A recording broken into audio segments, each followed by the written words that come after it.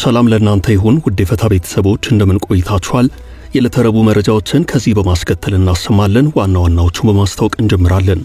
ጄኔራሉ ያልጠበቁት ክስተት ተፈጥሯል። ዛሬ የግድ መፍትሄ ማግኘት አለብን ያሉ ሰዎች ጽፈት ቤታቸውን ጥሰው ገብተዋል። ይህ ሁሉ ሲሆን ጄኔራሉ በቦታው ስለመኖራቸው የወጣ መረጃ የለም። ባለፈው እሁድ በጸጥታ ኃይላት ቁጥጥር ስር ያለው የኢትዮጵያ ኢንሳይደር የበይነመረብ ብዙሃን መገናኛ መስራች ዋና አዘጋጅ ተስፋለም ወልደየስ በስር ፍርድ ቤት የተሰጠው ዋስትና በመርማሪ ፖሊስ ይግባኝ ተብሎበት የነበረ ሲሆን ጉዳዩን የተመለከተው የስር ይግባኝ ሰሚ ችሎትም የፍርድ ቤቱን ውሳኔ እንዳጸና ተነግሯል። በጮኛው ቀነኒ አዱኛ ሞት ተጠርጥሮ በስር ላይ የነበረው ድምጻዊ አንዱዓለም ጎሳ በትናንትናው ዕለት ከስር መፈታቱ ይታወሳል። ይህን ተከትሎ ቢቢሲ የሟች ቀነኒ አዱኛ ቤተሰቦችን አነጋግሮ ሰፋ ያለ ዘገባ አውጥቷል። ሰሞኑን መነጋገሪያ በሆነው በቀድሞ የአትሌት ገለቴ ቡርቃ ባለቤት ዙሪያ ወጣ አዲስ መረጃ አለ። ከዚህ ውጭ የጦር ኃይሎች ጠቅላይ ኤታማዦር ሹም ፊልድ ማርሻል ብርሃኑ ጁላ በየብስም ሆነ በባህር የሚቃጡ ትንኮሳዎችን ለመመከት ተዘጋጅተናል ያሉበትን ንግግር እንመለከታለን። ሱዳን በድንበር በውጭ ኃይል ተወረርኩ ብላለች። የሱዳን ከሊቢያና ግብጽ በሚያዋስናት ድንበር ያላትን ጦር ማስወጣቷ ተሰምቷል። የሱዳን ጦር በሊቢያ ድንበር ከሚገኘው ይዞታው ለቆ የወጣው የሊቢያው የጦር አበጋዝ ካሊፋ ሀፍጣር ታማኝ የሆኑ ሚሊሻዎች ወደ ድንበሩ መጠጋታቸውን ተከትሎ ነው። የዓለም ቁጥር 1 ባለጸጋው ኢላን መስክ ተጸጽቻለሁ ብሏል። ጸጸቱ ከፕሬዝዳንት ትራምፕ ጋር የተያዘ ነው።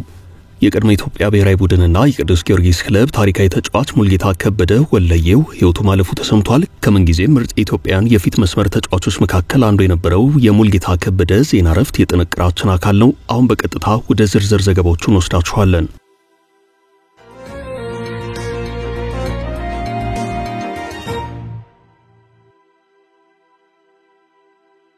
በጄኔራሉ ጽፈት ቤት የተፈጠረው ክስተት በዛሬው ዕለት በመቀለ በተካሄደ ሰላማዊ ሰልፍ የጄኔራሉ ጽፈት ቤት የተጣሰ መሆኑ ተሰምቷል። ክስተቱ የተፈጠረው ትግራይን በጊዜያዊ አስተዳዳሪነት ፕሬዝዳንትነት እያገለገሉ ያሉት ሌተናል ጄኔራል ታደሰ ወረደ ጽፈት ቤት ነው። ወደ ቀያችን መልሱን ያሉ ተፈናቃዮች አቤቱታ አሰምተዋል። ሰልፉን ያካሄዱት ከወልቃይትና ስፍራው በኤርትራ ጦር ስር ካሉ ይዞታዎች የተፈናቀሉ ዜጎች ናቸው። ሌተናል ጄኔራል ታደሰ ወረደ በአዲስ አበባ ከአቶ ጌታቸው ረዳ ጊዜያዊ አስተዳደር ስልጣንን ሲረከቡ አንድ እንዲፈርሙ የተደረጉት ሰነድ አለ። ይህም ሰነድ የቃል ኪዳን ሰነድ ነው። 10 ገደማ ነጥቦችን ይዟል። ጄኔራሉ ለአንድ ዓመት በተራዘመው የጊዜያዊ አስተዳደሩ ፕሬዝዳንትነታቸው ሊያከናውኗቸው የሚገቡ ስራዎች በሚል በሰነዱ ላይ ሰፍሯል። ጄኔራሉ ለአንድ ዓመት በተራዘመው የጊዜያዊ አስተዳደሩ ፕሬዝዳንትነታቸው ሊያከናውኗቸው የሚገቡ ስራዎች በሚል ተዘርዝረዋል። በዚህ ቁጥር 1 ላይ የሰፈረው በመጀመሪያ ያለውን የተፈናቀሉ ዜጎች ወደ ቀያቸው የመመለስ ተግባርን እየተመለከተው ነው። በትግራይ በጦርነት ወቅት ዜጎች ተፈናቅለዋል የሚባለው በራያ፣ ወልቃይት ጠገዴ፣ ሰቲት ሁመራ፣ ጠለምት እንዲሁም በኤርትራ ጦር ተይዟል በሚባሉት አካባቢዎች ነው። በቀደሙት ጊዜያት በራያ ባሉት ወረዳዎች የነበረው የአማራ ክልል አስተዳደር ፈርሶ የትግራይ አስተዳደር እንዲቋቋም ተደርጓል። በዚህም የተፈናቀሉ የትግራይ ተወላጆች ወደ ቀያቸው ተመልሰዋል።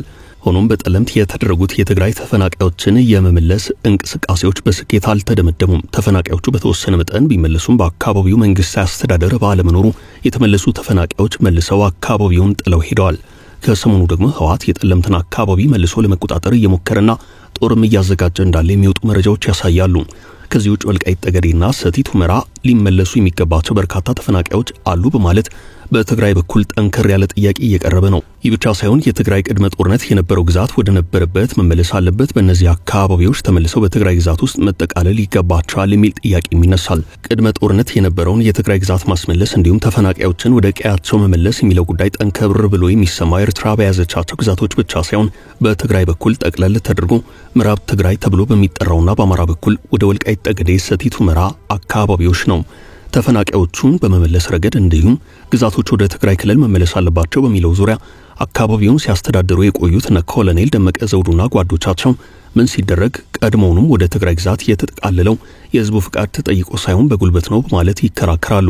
የፌደራሉ መንግስት ችግሩን በምን መልኩ ሊፈታው አስቧል የሚለውን በተመለከተ የታወቀ ነገር የለም። የመረጃው ምንጭ ዶቼ ቬለ ዛሬ በመቀለ ሰልፍ ያካሄዱ ተፈናቃዮች የትግራይ ክልል ፕሬዝዳንት ጽፈት ቤት ግቢን ጥሰው ገቡ። ዛሬ በመቀለ ሰልፍ ያካሄዱት በትግራይ ጦርነት ከምዕራብ ትግራይና ሌሎች የኤርትራ አዋሳኝ አካባቢዎች የተፈናቀሉ ዜጎች ናቸው ብሏል።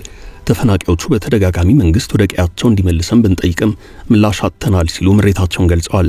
ዛሬ ከጠዋቱ 1 ሰዓት ጀምሮ ለሰዓታት በፕሬዝዳንት ጽፈት ቤት በራፍ ቆመው ምላሽ እንዲሰጣቸው ጠይቀዋል። ረፋዱ ላይ የክልሉ ፕሬዝዳንት ጽህፈት ቤት ግቢም ጥሰው ገብተዋል። ተፈናቃዮቹ ምላሽ ማይሰጠን ከሆነ ከዚያ አንወጣም ሲሉ ተደምጠዋል። ከሰዓት ስለነበረው ጉዳይ በቀጣይ የመረጃ ክፍለ ጊዜያችን በዝርዝር እንነግራችኋለን።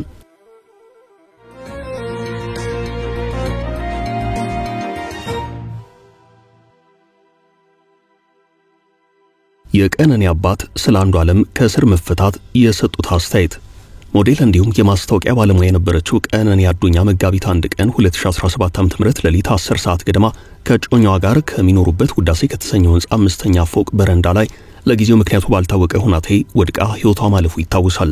በጮኛው ቀነኒ አዱኛ ሞት ተጠርጥሮ በእስር ላይ የቆየው ድምጻዊ አንዱዓለም ጎሳ ከእስር መፈታቱን በተመለከተ ቢቢሲ በዛሬው ዕለት ዝርዝር ጉዳዮችን ያካተተ ሰፋ ያለ ዘገባ አውጥቷል። ከጮኛው ሞት በኋላ ለወራት በእስር ላይ የቆየው አንዱዓለም ጎሳ በ50 ሺህ ብር ዋስ ትናንት ማክሰኞ ዕለት ተፈቷል። የህግ ባለሙያው ላለፉት 3 ወራት ክሱ በፍርድ ቤት ሲታይ የነበረው አንዱዓለም ጎሳ ላይ አቃቤ ህግ በተሰጠው ጊዜ ክስ ባለመመስረቱ ዋስ እንዲፈታ ፍርድ ቤት ብያኔ አስተላልፏል ብለዋል። ባለፉት ጥቂት ወራት ፖሊስ ምርመራዎችን ሲያካሂድ ቆይቷል። ፖሊስ ግንቦት 15 ምርመራውን አጠናቆ ጉዳዩን ለአቃቤ ህግ አስተላልፏል ብለዋል። ጠበቃው አቃቤ ህግ የፖሊስ ምርመራ በደረሰው 15 ቀናት ውስጥ ክስ መመስረት አለበት፣ ነገር ግን አቃቤ ህግ እስከ ግንቦት 30 ድረስ ክስ እንዲመሰርት ወይንም ምርመራው በቂ አይደለም ብሎ መዝገቡን መዝጋት ቢኖርበትም ይህን አላደረገም ብለዋል። አቃቤ ህግ የፖሊስ ምርመራ በደረሰው በ15 ቀናት ውስጥ ክስ ካልመሰረተ ከህግ ውጪ ታስሯል ተብሎ ስለሚታሰብ የደንበኛቸው አካልን ነጻ የማውጣት ጥያቄ እንዲከበርላቸው ጠበቃው ለፍርድ ቤቱ ጠይቀዋል። ፍርድ ቤቱ የተጠርጣሪውን ጥያቄ ተመልክቶ አንዱዓለም ጎሳ በዋስ እንዲፈታ ብያኔ ሰጥቷል። የድምጻዊ አንዱዓለም ጎሳን በዋስ የመፈታት ውሳኔ በተመለከተ የሟች ቀነኒ አባት አቶ አዱኛ ዋቆ ለቢቢሲ ሲናገሩ እስከዚህ ሰዓት ድረስ ፖሊስ ሆነ አቃቤ ህግ እዚህ ላይ ደርሰናል ብለው በግልጽ የነገሩን ነገር የለም። እንዲሁ በብላሽ 3 ወራት ነግዷል። የልጃችንን ደም እውነታውንም አላገኘንም ብለዋል። ከዚህ በኋላ ምን እንደሚያደርጉ ለቀረበላቸው ጥያቄ ህጉ ስብስብ ነው፣ አቃቤ ህግ የሚለውን አይተን ለአምላክ እንሰጣለን። እንደ ሰው የምንለው ነገር የለም። ቀነኒ ፍትህ እየተነፈገች ነው። ከጅምሩ አንስቶ የነበረ ነው። እኛን ለማዳከም እስካሁን አቆዩን እንጂ ሊለቁት ከፈለጉ ቆይተዋል ብለዋል። በዚህ አካሄድ እንሞክር ብለን እንጂ ፍትህ እናገኛለን ብለን አናስብም። ከእርሷ ደም የልጁ ታዋቂነት ይበልጣል ሲሉ ገልጸዋል።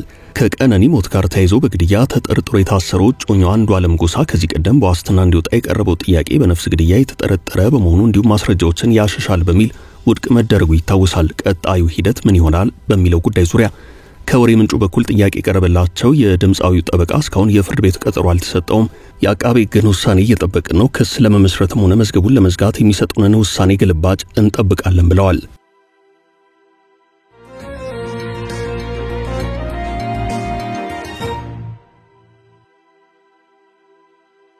በአትሌት ገለቴ የቀድሞ ባለቤት ዙሪያ ከፖሊስ የተገኘው መረጃ። የአዲስ አበባ ፖሊስ የአትሌት ገለቴ ቡርቃ ባለቤት ታስሯል የሚባለው መረጃ ሐሰት ነው ብሏል። አትሌት ገለቴ ቡርቃ 10 ቤቶችና 4 ተሽከርካሪዎች በቀድሞ ባለቤቷ እንደተሸጡባት በመግለጽ ሰሞኑን ፍትህ ስትጠይቅ ተስተውላለች። አትሌቷ በገጠማት ጉዳይ ፍትህ እንዲሰጣት የኢትዮጵያ አትሌቲክስ ፌዴሬሽን ትናንት በመግለጫ ጠይቋል። ይህ በዚህ እንዳለ ከትናንት ጀምሮ የአትሌት ገለቴ ቡርቃ የቀድሞ ባለቤት አቶ ታደለ ገብረመድህን በአዲስ አበባ ፖሊስ ቁጥጥር ስር ዋለ የሚሉ መረጃዎች በስፋት በማህበራዊ ትስስር ገጾች ተሰራጭተዋል። የአትሌት ገለቴ ቡርቃ ባለቤት በፖሊስ ቁጥጥር ስር ውሏል መባሉ እውነት ነው ወይ በሚል የቴሌግራሙ ተነባቢ የዜና አውታር ቲግቫህ ኢትዮጵያ ለአዲስ አበባ ፖሊስ ኮሚሽን የህዝብ ግንኙነት ኃላፊ ኮማንደር ማርቆስ ታደሰ ጥያቄ ያቀረበ ሲሆን እርሳቸው በሰጡት ምላሽ ብዙ ሰው ያወራል፣ የለም እኮ ፖሊስ ጋር የለም፣ እኛ ጋር የለም የሚል ምላሽ ሰጥተዋል። ግለሰቡ እንዳልተያዘና የሐሰት መረጃ እንደሆነ የገለጹት ኮማንደር ማርቆስ አልተያዘም፣ በፖሊስ ቁጥጥር ስር አይደለም ብለዋል። ይህ በዚህ እንዳለ ጋዜጠኛ ተስፋለም የዋስትና መብቱ እንደጸናለት በሌላኛው የችሎት መረጃችን እንመለከታለን። ጋዜጠኛ ተስፋለም ወልደየስ የዋስትና መብቱ ተጠብቆ ከስር እንዲለቀቅ የአዲስ አበባ ከተማ አስተዳደር ይግባኝ ሰሚ ችሎት ዛሬ የስር ፍርድ ቤትን ትዕዛዝ ያጸና መሆኑን የዶይቼ ቬለ ዘገባ ያሳያል። የኢትዮጵያ ኢንሳይደር የበይነ መረብ ብዙሃን መገናኛ መስራችና ዋና አዘጋጅ የሆነው ተስፋለም ወልደየስ ሐሰተኛ መረጃ በማሰራጨት ተጠርጥሮ እሁድ ሰኔ 1 ቀን 2017 በጸጥታ ኃይላት በቁጥጥር ስር መዋሉ የሚታወስ ነው። ጋዜጠኛ ተስፋለም የታሰረ መሆኑን በመጀመሪያ ይፋ ያደረገው ኢትዮጵያ ኢንሳይደርን የሚያስተዳድረው ሀቅ ሚዲያና ኮሚዩኒኬሽን ነው።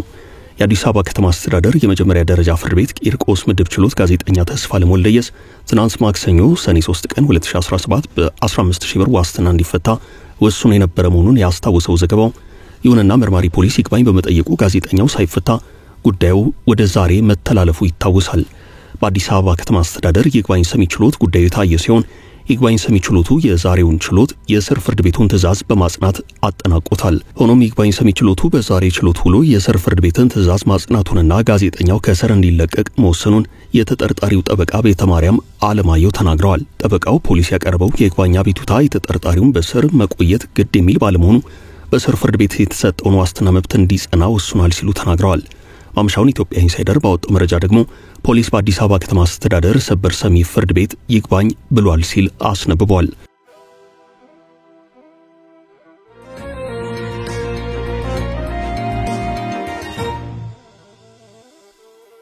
በየብስም በባህርም ተዘጋጅተናል። ፊልድ ማርሻል ብርሃኑ ጁላ የጦር ኃይሎች ጠቅላይ ኤታማዦር ሹም ፊልድ ማርሻል ብርሃኑ ጁላ በየብስም ሆነ በባህር የሚቃጡ ትንኮሳዎችን ለመመከት ተዘጋጅተናል ብለዋል። ፊልድ ማርሻል ብርሃኑ ይህን የተናገሩት በሕዝብ ተወካዮች ምክር ቤት የውጭ ግንኙነትና የሰላም ጉዳዮች ቋሚ ኮሚቴ የመከላከያ ሚኒስቴርን የ2017 በጀት ዓመት የ10 ወራት ዕቅድ አፈጻጸም ሪፖርት ሲገመግም ነው።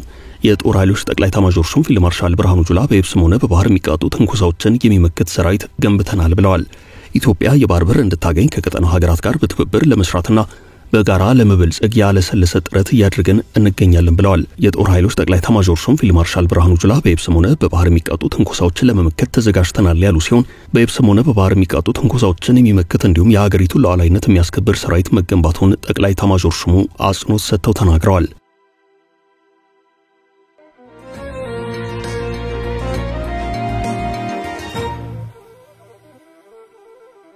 ሱዳን በድንበር በውጭ ኃይል ጥቃት ደረሰብኛለች። የሱዳን ጦር ከድንበር ከተማ ለቆ ወጣም። ሱዳን ከሊቢያና ግብጽ በመተዋሰነበት ድንበር ያላትን ጦር ማስወጣቷ ተሰምቷል። የሱዳን ጦር በሊቢያ ድንበር ከሚገኘው ከተማ ለቆ የወጣው የሊቢያው ጦር አበጋዝ ካሊፋ ሀፍታር ታማኝ የሆኑ ሚሊሻዎች ወደ ድንበር መጠጋታቸውንና ሰርገው መግባታቸውን ተከትሎ ነው። የሱዳን ጦር የድንበር ይዞታውን ለቆ የወጣው ዛሬ ረቡዕ ዕለት ሲሆን ጦር የወጣው ትናንት ማክሰኞ የእርሱን ጦር የሊቢያ ታጣቂዎች ከፈጥኖ ደራሽ ኃይላት ጋር በመሰለፍ በድንበር በሱዳን ጦር ላይ ጥቃት መፈጸማቸውን ተከትሎ ነው። ለሊቢያው ጦር አበጋዝ ታማኝነት አላቸው የተባሉት ሚሊሻዎች ግን ክሱን አጣጥለዋል። የሱዳን ጦር የሀገር ውስጥ ግጭቱን ወደ ውጭ ኤክስፖርት ለማድረግ የሞከረበት ነው ሲሉ መልስ ሰጥተዋል። እንደውም የሱዳን ጦር የሊቢያ ሚሊሻ ንብረት የሆኑ 2 ፓትሮሎች ላይ ጥቃት ፈጽሟል ብለዋል። በሊቢያ ኃይላትና በሱዳን ጦር መካከል ውጥረት የጀመረው በወሩ ጁን 6 ቀን ሲሆን የሊቢያ ሚሊሻዎች የሁለቱ ሀገራት የጋራ ድንበር ጥበቃ ብለው ባቋቋሙት ግዛት ከ3 ኪሎ ሜትር በላይ ዘልቀው ወደ ሱዳን መግባታቸው ከተነገረ በኋላ ነው። የሱዳን ጦር ሰርጎ ገቦችን ለማስቆም ተኩስ የከፈተ ሲሆን በተፈጠረው ግጭት 2 ወታደሮች መገደላቸውን፣ ሌሎች በርካቶች በሚሊሻዎች እጅ መግባታቸውን የሱዳን ጦር ገልጿል። የሊቢያው የጦር አበጋዝ ካሊፋ ሀፍጣር ምስራቃዊ ሊቢያን የሚቆጣጠር ሲሆን ከዚህ ቀደምም ለሱዳን ፈጥኖ ደራሽ ኃይላት ድጋፍ በመስጠት ክስ ይቀርብበታል። የጦር አበጋዙ ግን ይህንን ክስ አይቀበሉትም። የፈጥኖ ደራሽ ኃይላት ሊቢያን እንደ መነሻና እንደ ወታደራዊ ሎጂስቲክስ የስልጠና ስፍራ አድርገው እንደሚጠቀሙበት ከዚህ ቀደም የወጡ መረጃዎች ያሳያሉ።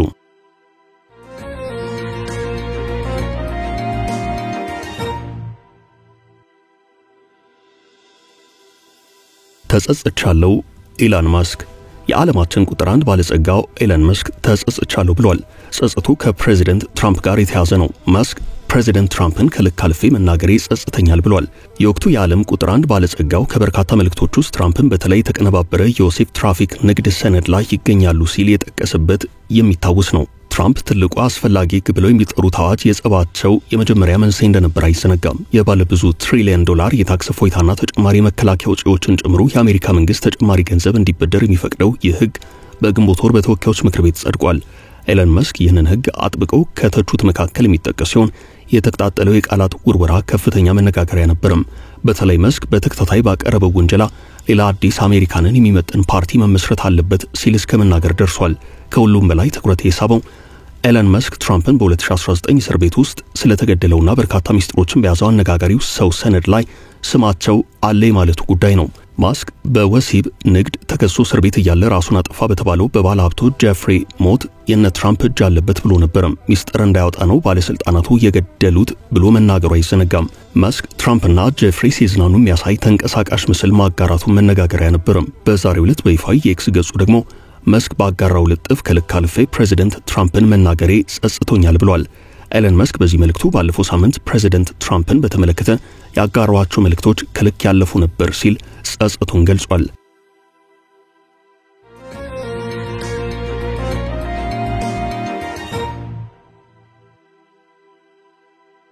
በመጨረሻም ዜና እረፍት። አንጋፋው የብሔራዊ ቡድን የቀድሞ አምበል ሕይወቱ አለፈም። የቀድሞ ኢትዮጵያ ብሔራዊ ቡድንና የቅዱስ ጊዮርጊስ ክለብ ታሪካዊ ተጫዋች ሙልጌታ ከበደ ወለየው ሕይወቱ ማለፉ ተሰምቷል። በ1970ና 80ዎቹ በኢትዮጵያ እግር ኳስ ውስጥ በኮከብነት ያበራው አንጋፋው ሙልጌታ ከበደ በኢትዮጵያ እግር ኳስ እስካሁን ከታዩት ድንቅ ተጫዋቾች መካከል አንደኛው ነው። ከበርካታ ዓመታት የአሜሪካ የስደት ኑሮ በኋላ ወደ ኢትዮጵያ መመለሱ ይታወሳል። ትዝታዎቹን ለስፖርት ቤተሰብ በመተው ከዚህ ዓለም ተሰናብቷል። ከመንጊዜም ኢትዮጵያውያን የፊት መስመር ተጫዋቾች መካከል አንዱ የነበረው ሙልጌታ ከበደ በዛሬው ዕለት ሕይወቱ አልፏል። የቀድሞ ኢትዮጵያ ብሔራዊ ቡድን ኮከብ ሙልጌታ ከበደ ባጋጠመው ሕመም በሕክምና ሲረዳ ቆይቶ ነው በዛሬው ዕለት ሕይወቱ ያለፈው። ሙልጌታ በኢትዮጵያ ብሔራዊ ቡድንና በቅዱስ ጊዮርጊስ ለበርካታ ዓመታት በድንቅ ብቃት ተጫውቶ አሳልፏል። በኢትዮጵያ ብሔራዊ ቡድንና በቅዱስ ጊዮርጊስ በነበረው ቆይታ አምበል ሆኖም መጫወት የቻለ ተጫዋች ነው። በኢትዮጵያ ብሔራዊ ቡድንና በቅዱስ ጊዮርጊስ ለበርካታ ዓመታት በመጫወት የሚታወቀው ሙልጌታ ከበደ ወለየው ባጋጠመው ሕመም ምክንያት በሕክምና ሲረዳ ቆይቶ በዛሬው ዕለት ሕይወቱ ማለፉን ተከትሎ የቀብር ስነ ስርዓቱ ኮልፌ በሚገኘው የሙስሊም መካነ መቃብር በነገው ዕለት እንደሚፈጸም ተነግሯል። ለዛሬ ያዝንላችሁን ርዕሰ ጉዳዮች እዚህ ላይ ቋጨን። ላይክ፣ ሼር እና ኮሜንት በማድረግ ለቻናላችን ድጋፋችሁን መግለጽ እንዳትዘነጉ እያልን ከሌሎች መረጃዎች ጋር ደግመን እስክንገናኝ ቸር ያሰማን ስንል ተሰናበትን።